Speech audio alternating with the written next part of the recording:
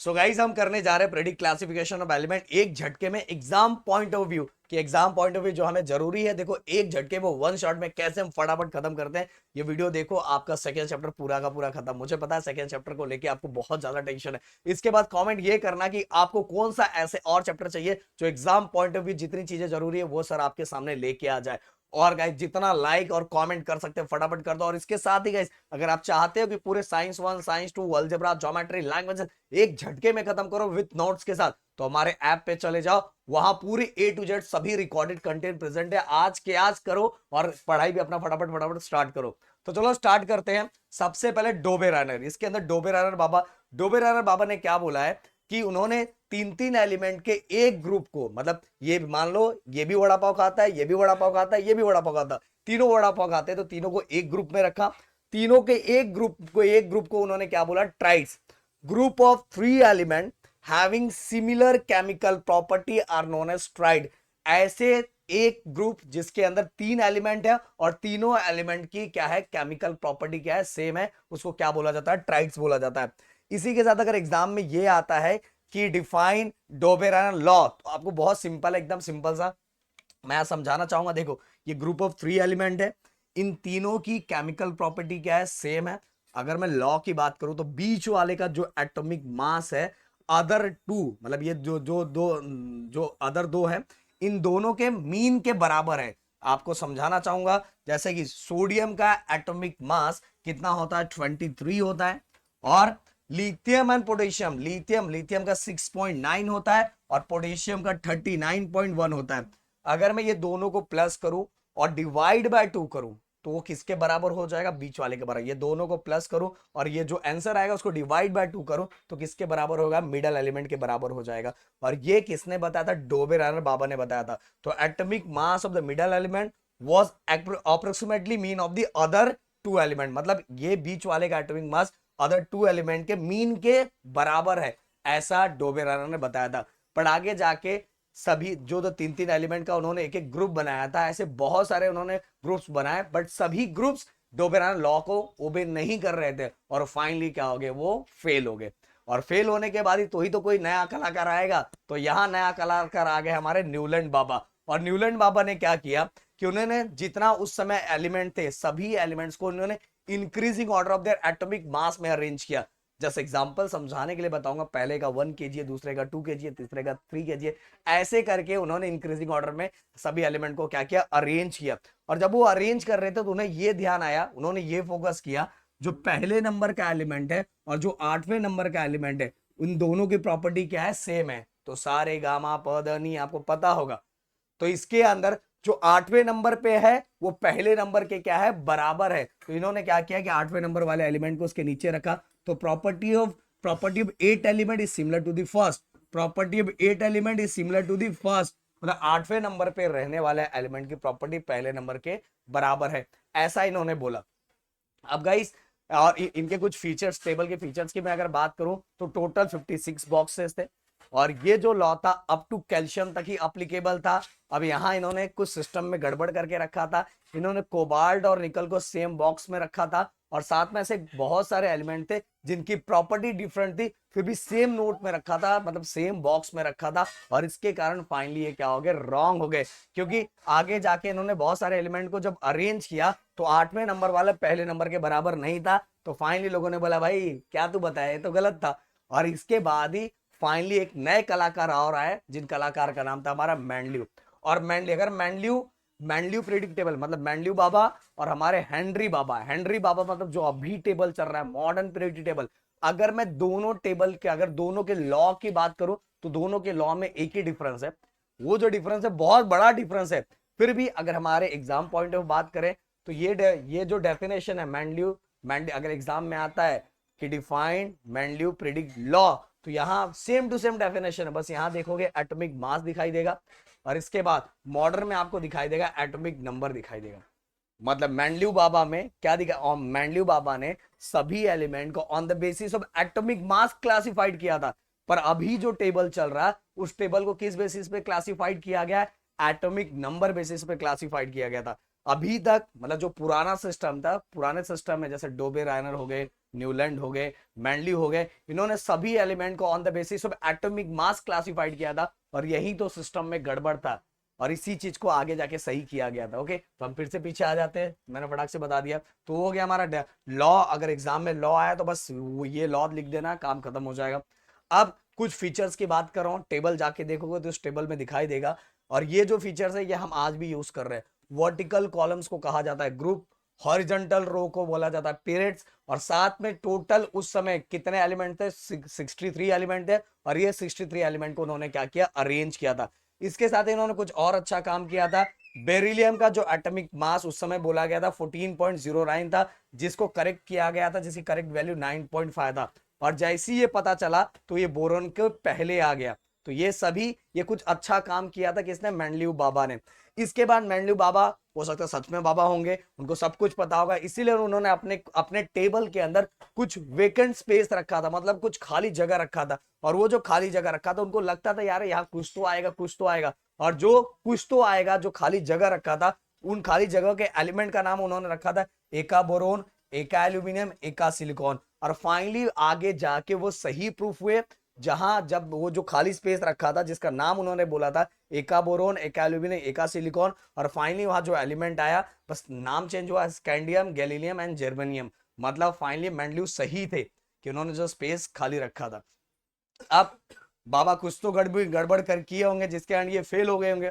पहली बात तो डीमेरिट्स, इन्होंने ये हाइड्रोजन को लेके कंफ्यूज थे कि हाइड्रोजन का प्रॉपर प्लेस पीरियोडिक टेबल के अंदर कहां है, तो इसके कारण वो इसका प्रॉपर आंसर दे नहीं पा रहे थे, तो फाइनली वो यहां फेल हो गए। आइसोटोप्स, आइसोटोप्स आप सभी को पता है कि आइसोटोप्स के अंदर जो एटॉमिक नंबर होता है वो एटॉमिक नंबर सेम होता है, पर एटॉमिक मास क्या होता है अलग अलग। जैसे अगर मैं समझाना चाहूं, जैसे हाइड्रोजन, हाइड्रोजन का एटम, हाइड्रोजन के दो आइसोटोप्स है, ड्यूटेरियम एंड ट्रिटेरियम। तो hydrogen, deuterium and tritium, hydrogen, deuterium and tritium, तीनों का एटॉमिक नंबर सेम है, पर एटॉमिक नंबर से तो कोई कर नहीं रहा था, पर एटॉमिक मास क्या है, अलग है। तो भाई इसको अलग जगह पे रखना चाहिए था, इसको अलग जगह पे रखना चाहिए था, इसको अलग जगह पे रखना चाहिए था, बट ऐसा उन्होंने किया नहीं। उनको लग रहा था यार तीनों की प्रॉपर्टी सेम ही है, मैं इसको अलग जगह पे कैसे रखूं, बट कोई खड़ा हो गया होगा। आप तो सभी एलिमेंट को एटॉमिक मास के हिसाब से क्लासिफाइड कर रहे हो ना, तो ये जो ये हाइड्रोजन, ड्यूटेरियम, ट्रिटेरियम, ये सभी का मास अलग अलग है, तो इसको अलग अलग जगह पे रखो। बट बेचारा मेंडलीव कंफ्यूज था, नहीं यार तीनों तो एक ही जैसा लग रहा है, तो उसके पास कोई प्रॉपर आंसर नहीं था। बस अगर उस समय ये बोल देता ना कि ये इसका इसका भी एटॉमिक नंबर 1 है, ड्यूटेरियम का भी 1 है, ट्रिटेरियम का भी 1 है, तो भाई फाइनली क्लियर हो जाता और वो एकदम सही हो जाता। बट वो किस बेसिस पे क्लासिफाइड कर रहा था, एटॉमिक मास बेसिस पे क्लासिफाइड कर रहा था, इसीलिए आइसोटोप्स को भी प्रॉपर प्लेस नहीं दे पा रहा था, क्योंकि उसने क्योंकि आइसोटोप्स के अंदर जितने एलिमेंट्स होते हैं, जो जो एलिमेंट्स आते हैं, उनके मास क्या होता है, डिफरेंट होते हैं, पर नंबर क्या होता है, सेम होता है। अब कोबाल्ट और निकल को भी इसने प्रॉपर प्लेस नहीं दिया था, और इसीलिए ये सभी इसके अंदर क्या आ गया, डीमेरिट्स आ गए, किसके, मेंडलीव के। अब चलते हैं हमारा मॉडर्न पीरियड टेबल। मैंने मॉडर्न पीरियड टेबल के बारे में पहले बता दिया कि इसके पहले मेंडलीव हो गए, न्यूलैंड हो गए, डोबेरायनर हो गए, वो सभी ने एलिमेंट को अरेंज किया था एटॉमिक मास के बेसिस पे। बट जब मॉडर्न पीरियडिक टेबल आया तो मॉडर्न पीरियडिक टेबल को हेनरी मोजले ने on the basis of atomic number classified किया। क्लियर, एटॉमिक नंबर आप सभी को पता होगा, नहीं पता होगा तो भाई सर्च करो, ऑलरेडी मैंने बताया, 9th में भी पढ़ा है, 8th में भी पढ़ा है। एटॉमिक नंबर, जितने नंबर ऑफ इलेक्ट्रॉन या तो जितने नंबर ऑफ प्रोटॉन, उस उतना उस एलिमेंट का क्या होता है, एटॉमिक नंबर होता है। आप अपने हिसाब से डिसाइड कर सकते हो, उसका रोल नंबर होता है। अब बात करते हैं, ये देखो ये टेबल, ये टेबल के बारे में पूरा आपको नॉलेज मैं दे देता हूँ। ये अगर पूरा नॉलेज आपको हो गया तो आपका आधा से ज्यादा काम यही हो गया। देखो सबसे पहले 3 से लेके 3, ये कलर चेंज कर दूं मैं, हाँ, 3 से लेके 12 तक। ओके, 3 से अगर मैं 12, ग्रुप 3 to 12 के जितने एलिमेंट होते हैं उनको बोलते हैं ट्रांजिशन एलिमेंट। कौन सा एलिमेंट, ट्रांजिशन एलिमेंट। इसके बाद ग्रुप 1, ग्रुप 2 और 13 टू लेके 17 तक, ग्रुप 1, ग्रुप 2, ग्रुप ऐसे ऐसे बात करो, ग्रुप 1, ग्रुप 2 एंड 13 to 17, इसको बोलते हैं नॉर्मल एलिमेंट। क्या बोलते हैं, normal element. The element present at the bottom of periodic table, इसको बोलते हैं ट्रांजिशन, और नीचे वाले को बोलते हैं the element present at the bottom of periodic table is called inner transition element. नीचे वाले को क्या बोलते हैं, इनर ट्रांजिशन एलिमेंट। तो भाई ये हो गया नाम वाइज। अगर आपको ब्लॉक वाइज कोई बोलता है तो there are total 4 block, S block, P block, D block, F block, SPDF। तो एस ब्लॉक के अंदर कितने ग्रुप है? 2 group, first and second group. Then P block के अंदर कितने ग्रुप है? 13 to 18 ग्रुप। इसके बाद डी ब्लॉक के अंदर कितने ग्रुप है? 3 to 12 group. And F block के अंदर, एफ ब्लॉक किसको बोलते हैं? The element which are present at the bottom of periodic table is called F block. और एफ ब्लॉक के अंदर 2 सीरीज होती है।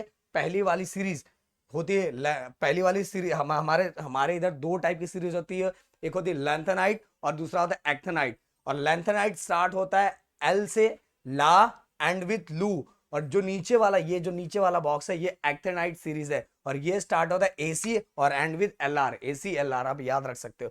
तो इतनी सब चीजें बस लिख दोगे, काम खत्म हो जाएगा। और अगर और आपको बताना है तो मैं और थोड़ा बता देता हूँ टेबल के बारे में। देखो पहले पहले जो हम, अगर मैं बताऊं ये पीरियड्स, ये देखो, हाँ ये भी एक तो स्टार्टिंग में ये चीज तो मैंने बताया है नहीं। जो वर्टिकल्स कॉलम होते हैं, वैसे तो मैंने मैंडली में बताया था, वर्टिकल्स कॉलम होते हैं उनको बोलते हैं groups. There are total 18 groups in modern periodic table. देखो कितने ग्रुप्स है, काउंट करो, 1 2 3, टोटल मिला के 18 ग्रुप्स है। और जो हॉरिजॉन्टल रो होता है उसको बोलते हैं periods. There are total 7 periods. कितने पीरियड्स है? 7। ये देखो काउंट करो, ऐसे ऐसे वाले को, 1 2 3 4 5 6 7। तो टोटल कितने पीरियड्स है? 7 पीरियड्स। क्लियर? ओके। तो मेरे ख्याल से ये चीज आपको समझ में आ गई होगी। अगर मैं और थोड़ा आपको बताना चाहूं तो ये भी बता सकता हूं कि पहले वाले पीरियड्स को क्या बोलते हैं? शॉर्टेस्ट। क्यों शॉर्टेस्ट? क्योंकि उसके अंदर 2 ही एलिमेंट है। कितने एलिमेंट? 2। और दूसरे एंड तीसरे को शॉर्ट पीरियड बोलते हैं क्योंकि उसके अंदर 8 एलिमेंट है। इसके बाद गाइस जो हमारा तीसरा, ओके, हमारा जो तीसरा है और जो हमारा चौथा है, पहले वाले को हमने क्या बोला? शॉर्टेस्ट। दूसरे एंड तीसरे को हमने क्या बोला? शॉर्ट। देन तीसरे को लॉन्ग, तीसरे और चौथे को लॉन्ग, पांचवे को लॉन्गेस्ट, और इसके बाद लास्ट वाले को हमारा इनकम्प्लीट। तो इस तरह से पीरियड का नाम दिया गया। ये आपको एक्स्ट्रा नॉलेज के लिए मैंने बता दिया, ये आप याद रख सकते हो, जिससे आपको आगे थोड़ा हेल्प होगा। तो एक बार और क्लियर कट बता देना चाहता हूं। देखो सबसे पहला वाला शॉर्टेस्ट, दूसरा और तीसरा शॉर्ट, देन इसके बाद तीसरा और चौथा हमारे लिए क्या होगा? जो पहला, दूसरा, तीसरा, चौथा और पांचवा हमारे लिए लॉन्ग, देन छठा लॉन्गेस्ट, और लास्ट वाला जो है हमारा इनकम्प्लीट। क्यों इनकम्प्लीट? क्योंकि इसके अंदर एलिमेंट आते जाएंगे आते जाएंगे आते जाएंगे, और ये क्या होगा? जितना आता जाएगा, पहले से मैंडली चालाक था इसलिए इसको क्या बोल के रखा? Incomplete period. क्लियर? तो मेरे ख्याल से चीजें समझ में आ गई होगी। और अब आगे बढ़ते हैं। टेबल के बारे में मैंने पूरा बता दिया। और पीरियडिक ट्रेंड की बात करूं, पीरियडिक ट्रेंड के अंदर भाई बस 3 ही चीजें याद रखना है। बुक में इतना सब भरा भरा पड़ा हुआ, कुछ भी पढ़ने की जरूरत नहीं है। वैलेंसी आपको पता ही होगा, एटॉमिक साइज, ये बस 3 पॉइंट आपको पढ़ना है। It is indicated by radius, okay, और radius, it is indicated by radius और एटॉमिक साइज। यहां मैं अगर ड्रॉ करके बताऊं, distance between nucleus of the atom in the outermost shell. मान लो ये बीच वाला न्यूक्लियस है और हमारा जो लास्ट वाला एटम है वो यहाँ है। तो बताओ ये साइज, और ये एक यहाँ छोटा सा बना देता हूँ। हाँ, बताओ कौन सा बड़ा है? ये बड़ा है कि ये बड़ा है? सबसे पहले it is indicated by radius. ये सर्कल का रेडियस हो गया। तो एटॉमिक साइज कौन इंडिकेट करता है? रेडियस इंडिकेट करता है। अगर मैं इसके डेफिनेशन की बात करूं तो डिस्टेंस बिटवीन, ये न्यूक्लियस होता है, distance between nucleus of the atom in outer most shell. यहां तक हम लाइन ड्रॉ करते हैं, और ये जो लाइन ड्रॉ होता है ये अपने लिए रेडियस होता है। तो ये सिंपल सा। अब आगे चलते हैं। ये 2 पॉइंट बस आपको याद रखना है। अगला, मेटालिक या नॉन मेटालिक। भाई कुछ भी नहीं पढ़ना है, बस इतना पढ़ना है। हाँ देखो एक चीज तो आपको पता है कि जो भी, जैसे मेटल, हम जो भी, अगर जैसे कि जो भी हमें एलिमेंट दिया हुआ है जो इलेक्ट्रॉन को लूज करता है, इट बिकम ए इलेक्ट्रोपॉजिटिव। और जो इलेक्ट्रॉन को गेन करता है, इट बिकम ए इलेक्ट्रोनेगेटिव। जो क्या करता है? इलेक्ट्रॉन को गेन करता है, इट बिकम ए इलेक्ट्रोनेगेटिव। ये आपको पता है। जो लूज करता है, वो जो एलिमेंट लूज करता है वो क्या होता है? इलेक्ट्रोपॉजिटिव। और जो लूज करता है उसको बोलते हैं मेटल। और जो गेन करता है, वो जो मतलब लेता है, तो उसके ऊपर कौन सा साइन हो जाता है? माइनस। और इसको क्या बोलते हैं हम? Non metals. ये तो आपको पता होगा। ये 2 पॉइंट आप लिख देना। 2 पॉइंट लिखने के बाद आपके बुक के अंदर ऐसा एक बॉक्स बना हुआ है। ये बॉक्स जो बना हुआ है ना, बस इसको एक को पढ़ लोगे दूसरा काम हो जाएगा। देखो सबसे पहली बात, ये जो एरो आपको बता रहा है, ये एरो ये बता रहा है कि हम ऐसे जा रहे हैं। ऐसे जा रहे हैं मतलब क्या है? ऐसे जा रहे हैं मतलब क्या था भाई, थोड़ा क्लीन कर दूं। ऐसे जा रहे हैं मतलब हम लोग कौन से साइड जा रहे हैं, हम लोग पीरियड में जा रहे हैं। Okay, periods. तो हम लोग कहाँ से कहाँ जा रहे हैं, आपको दिखाई दे रहा है हम लोग लेफ्ट हैंड साइड से राइट हैंड साइड जा रहे हैं, लेफ्ट हैंड साइड से राइट हैंड साइड जा रहे हैं, और किस में, पीरियड्स में जा रहे हैं। तो जब भी हम क्या करें, लेफ्ट हैंड साइड से राइट हैंड साइड पीरियड में जाए, तो हमें क्या दिखाई दे रहा है, एटॉमिक साइज डिक्रीज हो रहा है, एटॉमिक साइज क्या हो रहा है, डिक्रीज हो रहा है। देन इसके बाद इलेक्ट्रोनेगेटिविटी और नॉन मेटेलिक कैरेक्टर इंक्रीज हो रहा है, मतलब नॉन मेटल कैरेक्टर इंक्रीज हो रहा है, और ये इंक्रीज हो रहा है तो क्या होगा, मेटेलिक कैरेक्टर क्या हो जाएगा, डिक्रीज हो जाएगा। ओके, जब हम कहा लेफ्ट से राइट साइड जा रहे हैं इन पीरियड्स के अंदर, तो ये 3 पॉइंट हो गया। एटॉमिक रेडियस डिक्रीज हो रहा है, इंक्रीज क्या हो रहा है, नॉन मेटेलिक कैरेक्टर, और जो डिक्रीज हो रहा है वो क्या डिक्रीज हो रहा है, जो डिक्रीजिंग हो रहा है वो क्या डिक्रीज हो रहा है, मेटेलिक कैरेक्टर। ओके, अब अगर ये पॉइंट आपको याद हो गया तो ये पॉइंट देख लो, यहां